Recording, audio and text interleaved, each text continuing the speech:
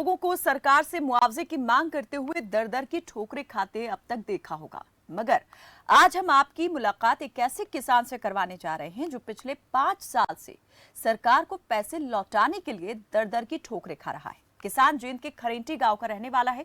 दरअसल 2016 में किसान सूरजमल नैन के खाते में तहसीलदार कार्यालय के खाते से 53,000 रुपए एक्स्ट्रा जमा हो गए थे, जिन्हें वापस करने के लिए किसान पिछले 5 साल से सरकारी दफ्तरों के चक्कर काट रहा है। तस्वीरें आप देख सकते हैं और ये इसलिए परेशान है क्योंकि इनके खाते में सरकार की ओर से ज्यादा पैसे भेज दिए गए थे, लेकिन हैरानी की बात यह है कि अधिकारियों को इस बात की कोई चिंता नहीं है। चिंता इस किसान को जिसके खाते में 53,000 रुपए तहसील कार्यालय की ओर से एक्स्ट्रा जमा हो गए थे। मुआवजे की मांग जो है किसान ने की थी और मुआवजे की रकम ही किसान के खाते में जमा की गई थी, जिसके बाद उन्हें पता चला कि 53,000 रुपए उनके खाते में ज्यादा आ गए हैं। और इस पर ज्यादा बातचीत के लिए हमारे साथ खुद किसान जो हैं सूरजमल नैन हमारे साथ जुड़ गए हैं। बहुत बहुत स्वागत है सूरजमल नैन जी आपका हमारे साथ इस बातचीत में जुड़ने के लिए। सबसे पहले तो आपकी ईमानदारी को सलाम कि आप जो हैं सरकार के पैसे लौटाने के लिए इतनी ज्यादा जद्दोजहद कर रहे हैं। आपने पैसे छुपाए नहीं बल्कि जानकारी दी कि आपके खाते में पैसे एक्स्ट्रा आ गए हैं। अब आते हैं मुद्दे पर कि आखिर क्या परेशानी आ रही है पैसे वापस लौटाने के अंदर। कितने वक्त से आप कार्यालयों के चक्कर काट रहे हैं और जरा शुरू से हमें बताएं कि आखिर ये पूरा मामला जो है कहां से शुरू हुआ।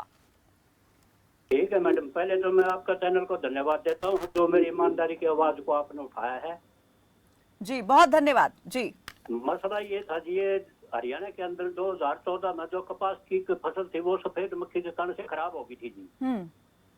उसके बाद हरियाणा सरकार ने 2015 में इसका मुआवजा वितरण कराया था। 5 करोड़ का लगभग हमारी तहसील के अंदर दिया था जुड़ाने के अंदर जी। वो अधिकारियों ने उसको कपास मालिकों को न देकर वो उन लोगों को ज्यादा वितरित किया गया जो कि कपास की फसल ले बो करके धान की फसल बो रही थी। इसकी खुलासा मैंने आरटीआई से कराया। जब मैंने आरटीआई और राजस्व विभाग से लगाई, मैंने उन पर 3 बिंदुओं पर आरटीआई लगाई थी। पहले तो मांगी थी एपीआर की कॉपी जिनके अंदर ये मुआवजा की रकम डाली गई थी। उसके बाद मैंने मांगा था उन मालिकों का नाम और उनके किला नंबर मुरबा नंबर। इसके बाद एक विभाग और है जिसका 6ठा महीना माला बयाना भरते हैं नहरी विभाग, वो भी पटवारी अपनी गर्दौरी करता है। फिर मैंने दूसरी आरटीआई नहरी विभाग से लगाई थी, वहां से भी रिकॉर्ड लिया उसकी खसरा गर्दौरी की नकल है। खसरा गर्दौरी के अंदर तो नहरी विभाग की रिपोर्ट जो थी, नहरी पटवारी की रिपोर्ट थी, वो तो थी धान की। राजस्व विभाग ने मुआवजा दे दिया कपास का जी। तो इसकी शिकायत फिर मैंने सीएम मीडियो पर लगाई थी जी 1/4/2016 को। तो उसकी जांच डीसी ने उसको लगा दिया, योगेश कुमार मेहता था एसडीएम, उसको लगा दिया था जी। उसने उस मसला को लिपापोती करके उसको फाइल करवा दिया था जी। इसके बाद फिर मैंने दूसरी शिकायत दी थी, फिर मैंने तो उसको डायरेक्टर को अपना आपदा प्रबंधन राजस्व विभाग जो सचिवालय चंडीगढ़ को। इसके बाद इनमें फिर मैंने फिर तहसील कार्यालय को भी चिट्ठी लिखी थी, भाई ये पैसे मेरे पास फालतू आ रहे हैं, मैं इनको लौटाना चाहूँ, मेरे खाता में ये पैसे तहसील कार्यालय से आए हैं जी। यानी जब तक आपने कोई जानकारी नहीं दी तब तक विभाग ने भी इस मामले में कोई संज्ञान नहीं लिया। आपके खाते में पैसे आने के बाद कोई संज्ञान नहीं लिया। मैं बार बार इसको तहसीलदार कार्यालय को मैंने रजिस्टर्ड पोस्ट द्वारा ये मैंने अपनी शिकायत भेजी थी, भाई इस प्रकार मेरे अकाउंट में इतना पैसा है जो कि वो पैसा मेरा नहीं है, मैं उसको सभ्यता से वापस लौटाना चाहता हूँ। कृपा करके आप ये बताइए आप चेक द्वारा दोगे या अपना अकाउंट में डलवाओगे जी।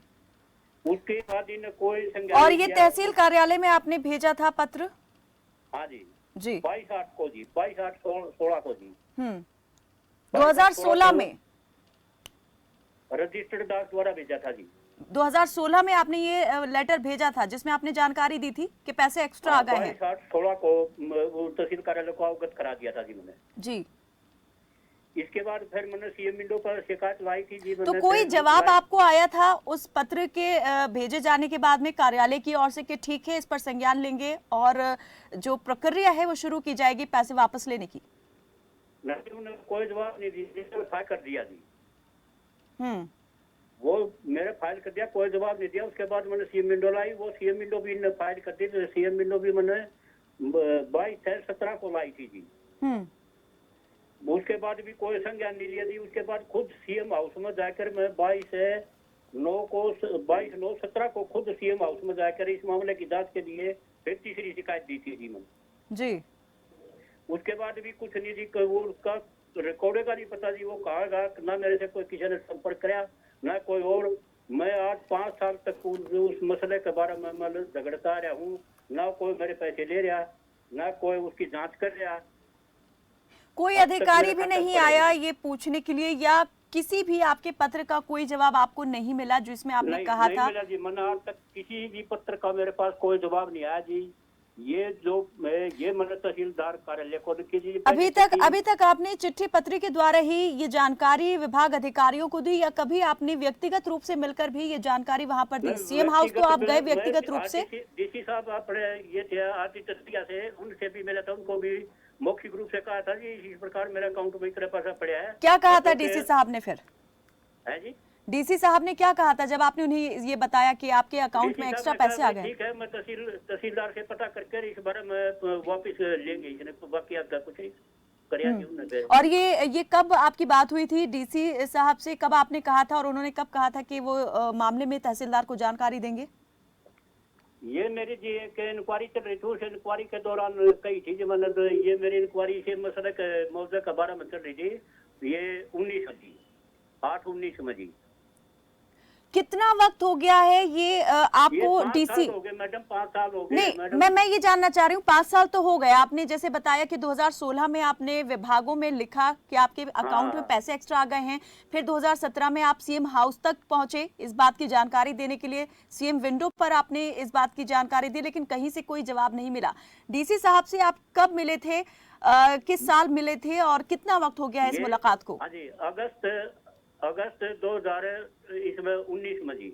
अगस्त 2019, ठीक है।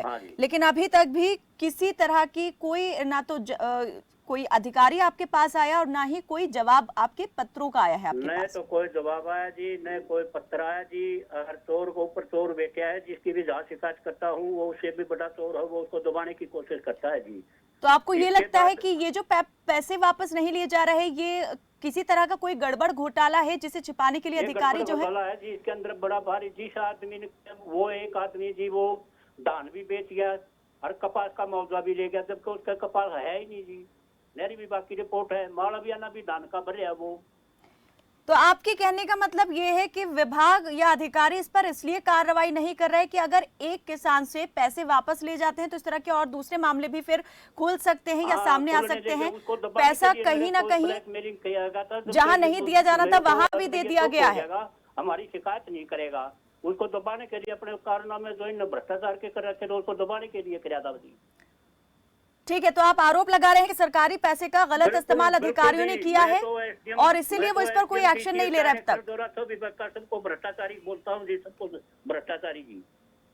तो अभी क्या आप चाहते हैं, कहीं आपने इस मामले में जो आरोप आपने लगाए उन आरोपों को लेकर कहीं कोई और शिकायत की है? मैं हाई कोर्ट में जनहित याचिका डाली थी, लोकायुक्त में भी डाल रखी है जी। जी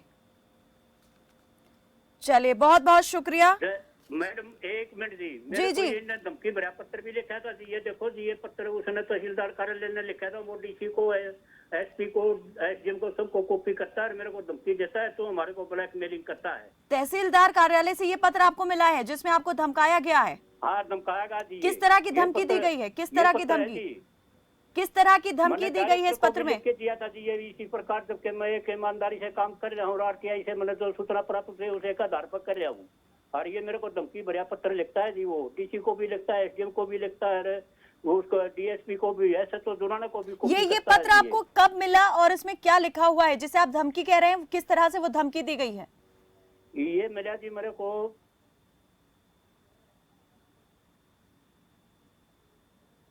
4/8/2017 को जी।